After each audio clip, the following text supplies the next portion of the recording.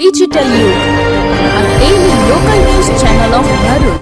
ભરૂચ આમ આદમી પાર્ટી દ્વારા દિલ્હીમાં આમ આદમી પાર્ટીની સરકાર દ્વારા અપાઈ રહેલી જનકલ્યાણકારી સુવિધાઓ ગુજરાતના નાગરિકોને પણ આપવાની માંગ સાથે આજરોજ ભરૂચ જિલ્લા સમાહર્તાને આવેદનપત્ર પાઠવીને રજૂઆત કરવામાં આવી હતી।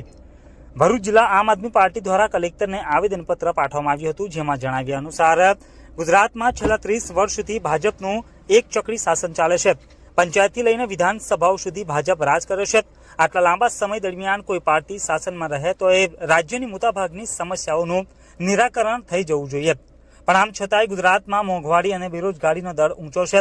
ગુજરાતની મહિલાઓને પણ દિલ્હીની જેમ દર મહિને રૂપિયા 2100 આપવામાં આવે, શિક્ષણ સ્વાસ્થ્ય સુવિધાઓ મફતમાં આપવામાં આવે તેવી માંગ કરવામાં આવી છે।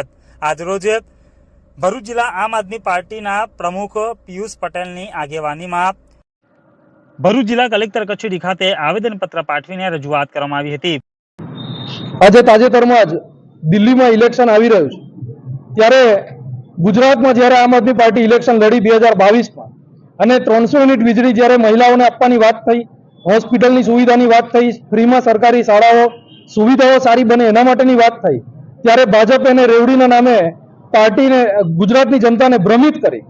પરંતુ આજે દિલ્હીની અંદર જ્યારે ઇલેક્શન લડી રહ્યા છે ત્યારે ભાજપ સરકાર ત્યાં આગળ એવો મેનિફેસ્ટો બહાર પાડે છે કે 21,000 રૂપિયા પ્રસ્તુતિ માટે મહિલાઓને આપવામાં આવશે, 500 રૂપિયા સબસિડી બોટલ ઉપર આપવામાં આવશે, સાથે જ 2500 રૂપિયા મહિલાઓને હર મહિને એક સહાય પેટે આપવામાં આવશે।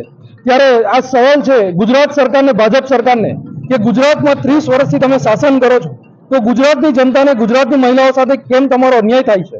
એના માન સાથે આજે મુખ્યમંત્રીને સંબોધી અને ભરૂચ કલેક્ટર સાહેબને આવેદનપત્ર પાઠવવા માટે આવ્યા છે।